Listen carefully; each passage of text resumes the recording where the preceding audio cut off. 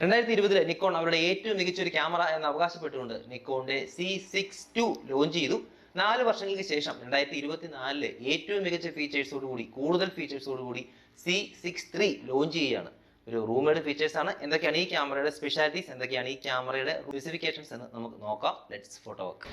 Actually Nikon compete ചെയ്യുന്നത് സോണിയുടെ തന്നെ ഏറ്റവും നല്ല ക്യാമറ ആയിട്ടുള്ള A7 IV ആയിട്ടാണ് നിക്കോൺ കോമ്പീറ്റ് ചെയ്യുന്നത്. എങ്കിൽ തന്നെയും സെൻസറിന്റെ കാര്യത്തിലും അതുപോലെ തന്നെ അഡ്വാൻസ്ഡ് ഓട്ടോ ഫോക്കസ് ഫീച്ചേഴ്സിന്റെ കാര്യത്തിലും ഏതൊക്കെ ഒരു അപ്ഡേറ്റ്സ് ആയിരിക്കും, ഏതൊക്കെ മാറ്റങ്ങളായിരിക്കും നിക്കോൺ C63 ഉണ്ടാവാനായിട്ട് സാധ്യതയുള്ളത്, അല്ലെങ്കിൽ എന്തൊക്കെയായിരിക്കും അവർ കൊണ്ടുവരിക. ആക്ച്വലി നിക്കോൺ Z6 വളരെ സക്സസ്ഫുൾ ആയിട്ടുള്ള ഒരു മോഡലാണ്. അങ്ങനെ വലിയ രീതിയിലുള്ള പ്രശ്നങ്ങളോ ആരും അങ്ങനെ കംപ്ലൈൻസോ ഒന്നും ഇതുവരെ പറഞ്ഞിട്ടില്ലാത്ത ഒരു മോഡൽ തന്നെയാണ് നിക്കോൺ Z62. ഓൾമോസ്റ്റ് ഒരു സെയിം സ്പെസിഫിക്കേഷൻസ്, സെൻസറിന്റെ കാര്യത്തിലാണ് ഞാൻ പറഞ്ഞത്, ഓൾമോസ്റ്റ് സെയിം സെൻസർ തന്നെയായിരിക്കും നിക്കോൺ C63 അവർ അവതരിപ്പിക്കുക. പക്ഷേ നിക്കോൺ ഒരു 33 മെഗാ പിക്സലിന്റെ ഒരു സെൻസർ അവർ ഡെവലപ്പ് ചെയ്യുന്നുണ്ട്, അവർ ഇനി വരുന്ന ക്യാമറകളിലേക്ക് അവതരിപ്പിക്കും എന്നുള്ള ചില റൂമറുകൾ പറയുന്നുണ്ട്. എങ്കിലും ഈ ഒരു ക്യാമറയിൽ നിക്കോണിന്റെ Z6 എന്ന് പറയുന്ന ക്യാമറയിൽ 33 മെഗാ പിക്സൽ സെൻസർ അവതരിപ്പിക്കാനായിട്ട് സാധ്യതയില്ല.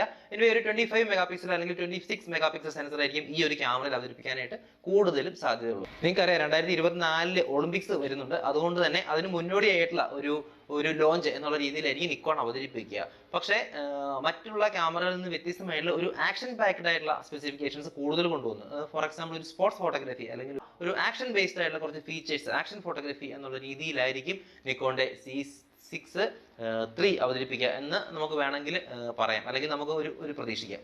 വീഡിയോ റെക്കോർഡിംഗിന്റെ ഫീച്ചേഴ്സ് നോക്കുകയാണെങ്കിൽ ഒരു 6K 60 FPS ഷൂട്ട് ചെയ്യാനുള്ള ഒരു വീഡിയോ കേപ്പബിലിറ്റി ഈ ഒരു ക്യാമറയ്ക്ക് കൊടുക്കുന്നുണ്ട്. അതുപോലെ തന്നെ 4K റെക്കോർഡിംഗ് ഒരു 120 FPS നിങ്ങൾക്ക് സ്ലോ ഡൗൺ ചെയ്യണം, സ്ലോ മോഷൻ എന്നുള്ള രീതിയിലൊക്കെ പോകുന്നവർക്ക് 120 FPS ഷൂട്ട് ചെയ്യാനുള്ള ഒരു എബിലിറ്റി, 4K റെക്കോർഡിങ്ങിനുള്ള ഒരു എബിലിറ്റി ഈ ഒരു ക്യാമറയിൽ കൊടുക്കുന്നുണ്ട്. ഇപ്പോൾ വരുന്ന പല ക്യാമറകളിലും ഒരു 180 FPS റെക്കോർഡിംഗ് എന്നൊക്കെ പറയുന്നുണ്ടെങ്കിലും അത് എത്രത്തോളം ഒരു പ്രാക്ടിക്കൽ പോസിബിലിറ്റി അതിനകത്തുണ്ട് എന്നുള്ള കാര്യത്തിൽ സംശയമുണ്ട്. ഇനി ഇത് കാത്തിരുന്ന് കാണാം. 4K 120 FPS അല്ലെങ്കിൽ ഫുൾ HD ഒരു 180 FPS ഒക്കെ പലരും പറയുന്നുണ്ട്. ഇതൊക്കെ റൂമേഴ്സ് ആണ്.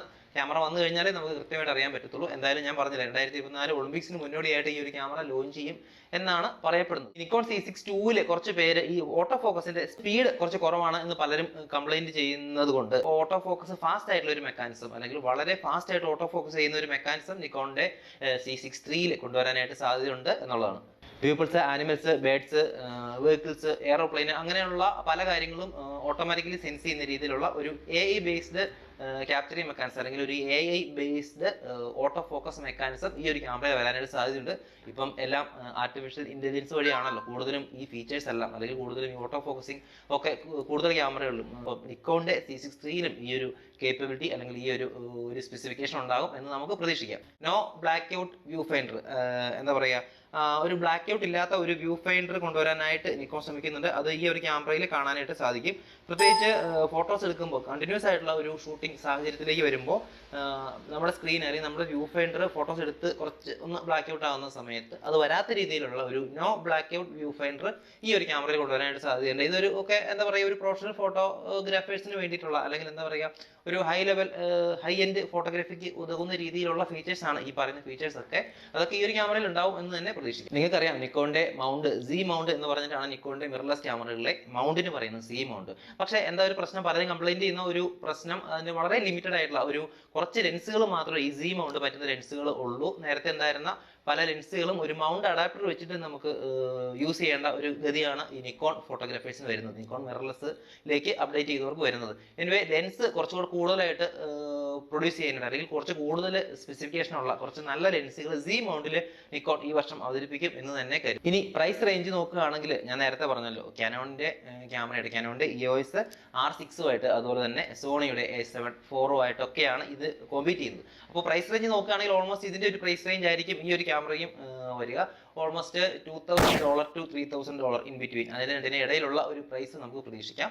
നിക്കോൺ യൂസേഴ്സ് ആരെങ്കിലും വീഡിയോ കാണുന്നുണ്ടെങ്കിൽ ദയവായിട്ട് നമ്മുടെ കമന്റ് ബോക്സിൽ ഒന്ന് കമന്റ് ചെയ്യുക. അതിന്റെ കംപ്ലൈൻസ് എന്തൊക്കെയാണ്, അല്ലെങ്കിൽ ഇപ്പോൾ യൂസ് ചെയ്യുന്ന നിക്കോണിന്റെ മിറർലെസ് സിസ്റ്റത്തിൽ വരുന്ന നിങ്ങൾക്ക് തോന്നിയ ഡിസ്അഡ്വാൻറ്റേജസ് എന്തെങ്കിലും ഉണ്ടെങ്കിൽ നമ്മുടെ കമന്റ് ബോക്സിൽ ഒന്ന് കമന്റ് ചെയ്യുക. ഇനി വീഡിയോ കാണാൻ ഇഷ്ടപ്പെട്ടാൽ ലൈക്ക് ചെയ്ത് ഷെയർ ചെയ്തൊക്കെ സപ്പോർട്ട് ചെയ്യുക. ചാനൽ സബ്സ്ക്രൈബ് ചെയ്യാത്തവർ ദയവായിട്ട് സബ്സ്ക്രൈബ് ചെയ്യുക. Bye for now, let's photo work.